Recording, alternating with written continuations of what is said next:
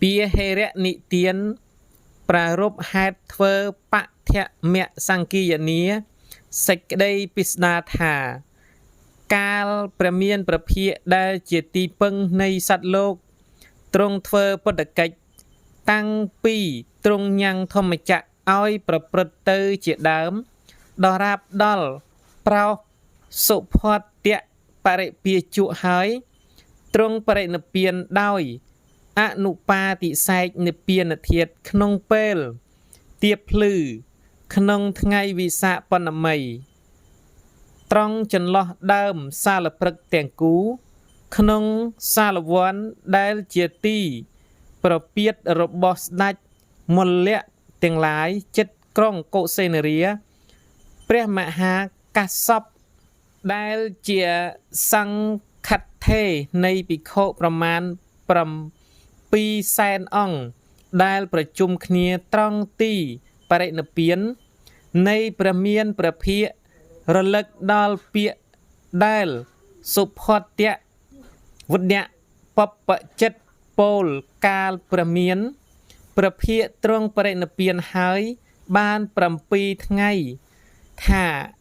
អាវុសោទាំងឡាយណាហើយអ្នកទាំងឡាយកុំសោកសៅកុំខ្សឹបខ្សួលឡើយពួកយើងនឹង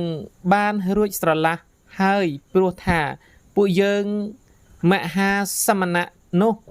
តែងបៀតបៀនថាអំពើនេះគួរដល់អ្នក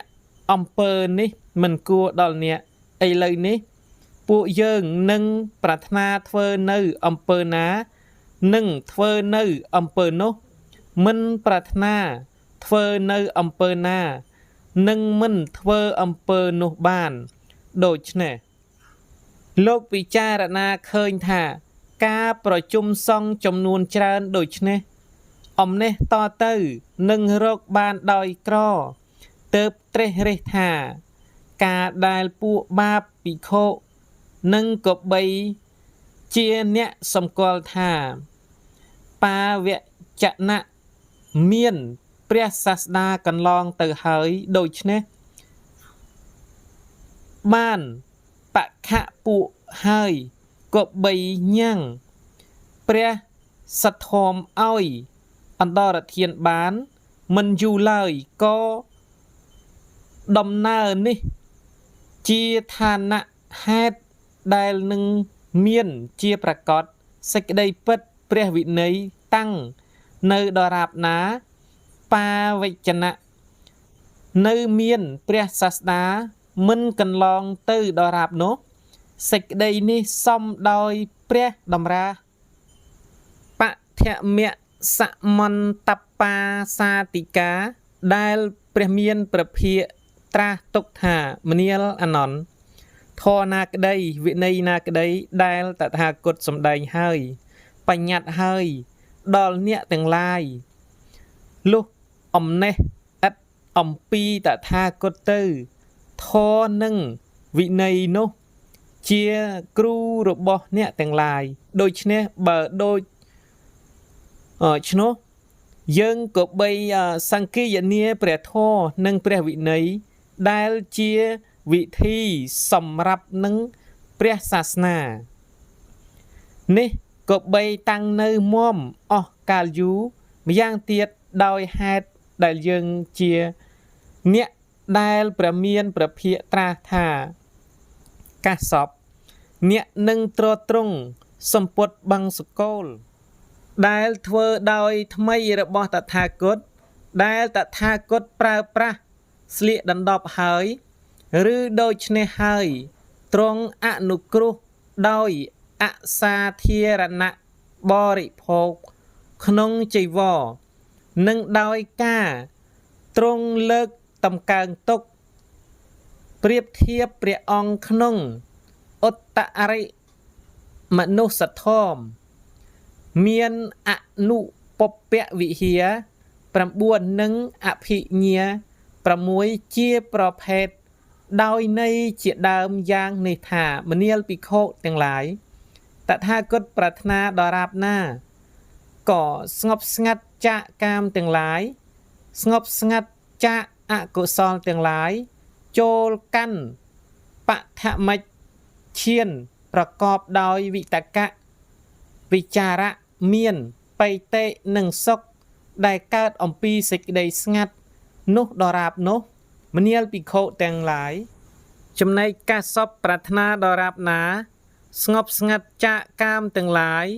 ស្ងប់ស្ងាត់ចាកអកុសលទាំងឡាយចូលកាន់បឋមឈានប្រកបដោយវិតកៈវិចារៈមានបៃតេនិងសុខដែលកើតអំពីសេចក្តីស្ងប់នោះដរាបនោះដែរដូច្នេះភាពជាអ្នកមិនមានបំណុលដតីណាមួយនឹងមានដល់អាត្មាអញនោះបានព្រះមានប្រភិយត្រង់ជ្រាបអាត្មាអញថាកាសពនេះនឹងជាអ្នកបន្តវេនព្រះសទ្ធមរបស់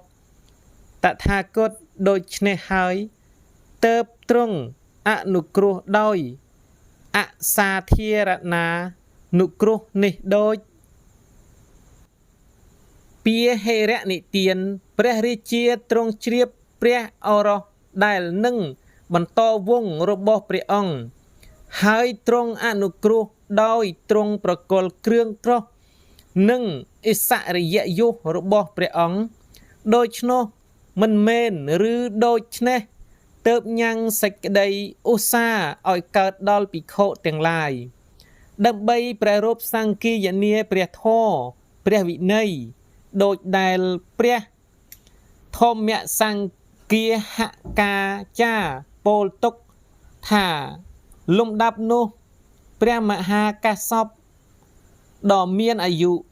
ហៅភិក្ខុទាំងឡាយមកថាអាវុសោទាំងឡាយសម័យមួយខ្ញុំគិតថា